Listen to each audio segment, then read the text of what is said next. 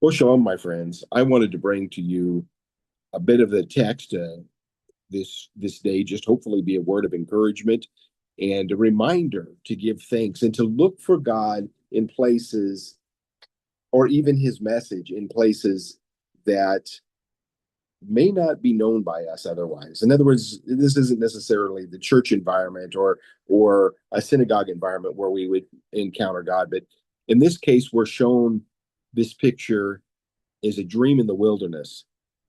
You have Jacob fleeing for his life because he has just secured the blessings that God has for him, but he's done it through a process that many would question through deception, but through the advocacy of his mother.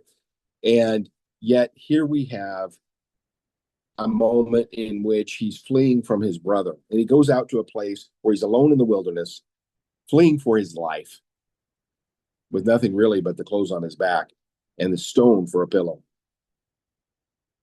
Yeah, he's left his father's house. He's left the covenant community, left everything familiar. In this moment of absolute vulnerability, far from family, far from the land, heaven opens up, gives him a picture of something that is amazing. The ladder appears and firmly planted on the earth, yet it reaches all the way up to the heavens, to the very throne of God. And on it, he sees these angels, Malachim, going up and down, up and down. He awakens, and it dawns on him. He gasps, surely the Lord is in this place, and I did not know it. I want to just take that small section there because we can be doing a lot of different things throughout the week or throughout each and every day. And we find that there is the encounter that God intended us to have, an encounter that reveals something about God's intentions and his plans. It's interesting because Jacob realizes that, and he builds an altar to the Lord. He worships him there, and he says, it, of course, makes the declaration, surely the Lord is here. He calls it the house of God.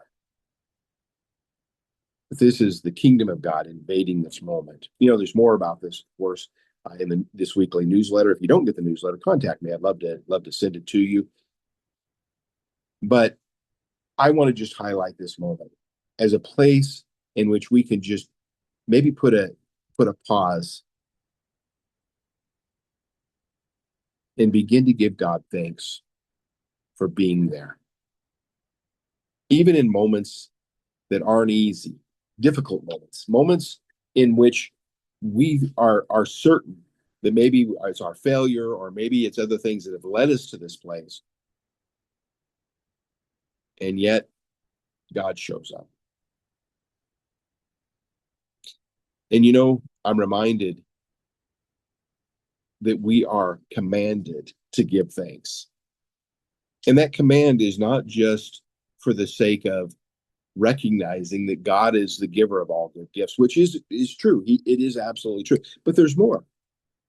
There's a reminder that we are a people who should be grateful for everything, even sometimes in those difficult moments. Always in moments where we have even found our own failure or come face to face with the results of our failures. And we give God the glory for it because he deserves it.